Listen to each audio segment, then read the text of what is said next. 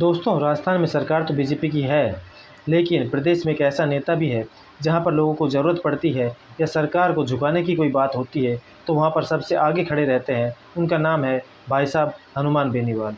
यदि हनुमान बेनीवाल किसी भी मुद्दे को उठाकर चलते हैं तो इसका मतलब ये हो जाता है कि अब न्याय की गारंटी हो गई है। अब तो लोग ये भी कहने लगे हैं कि हनुमान बेनीवाल मतलब न्याय की गारंटी।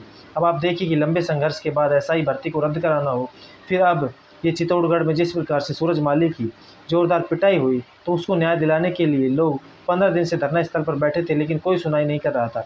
जब रिक्वेस्ट की गई हनुमान बेनीवाल से तो हनुमान बेनीवाल जी आए और उसी दिन समाधान हो गया, उसी दिन परिवार को न्याय मिल गया। तो एक ये राजस्थान में एक ऐसा लड़ाका बचा है जिसके सामने ना तो कोई प्रदेश की सरकार टिकती है और ना ही केंद्र की सरकार टिकती है, क्योंकि वो सच्चाई की लड़ाई लड़ते हैं, ईमानदारी से लड़ाई लड़ते हैं, भ्रष्टाचार के खिलाफ लड़ाई लड़ते हैं और गरीबों की लड़ाई लड़ते हैं और न्याय के लिए लड़ाई लड़ते हैं। क्योंकि ऐसे नेता अब देश में कम ही बचे हैं और प्रदेश में तो हमारे में देखने को नहीं मिलता है।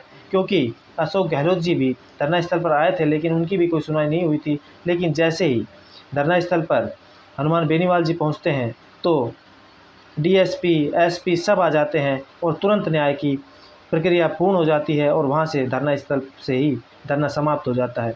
तो हनुमान बेनीवाल का मतलब हो गया है कि न्याय की गारंटी। अब किसी भी मुद्दे को यदि हनुमान बेनीवाल ने उठाया है तो उसको न्याय के अंजाम तक ज़रूर पहुँचाया है, ये उनका इतिहास रहा है। तो हनुमान बेनीवाल जी जैसे नेता लोग बहुत कम हैं, लेकिन अब ये भी माना जा रहा है कि राजस्थान को अब हनुमान बेनीवाल जैसा मुख्यमंत्री ही चाहिए, जो जिसके साथ अन्याय हो रहा है उनको न्याय दिला सके, पीड़ितों को न्याय दिला सके। क्योंकि 15 दिन से धरना स्थल पर सभी प्रकार के नेता आ गए थे, लेकिन कोई कार्रवाई नहीं हो रही थी।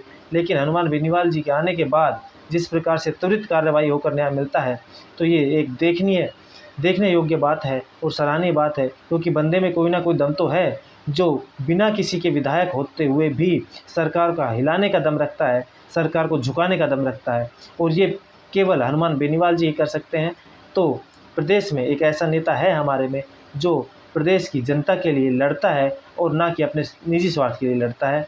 ऐसे देश में नेता होने चाहिए और इस प्रकार के लोगों का समर्थन करना चाहिए हमको भी और हमारे देश समाज के लोगों को भी।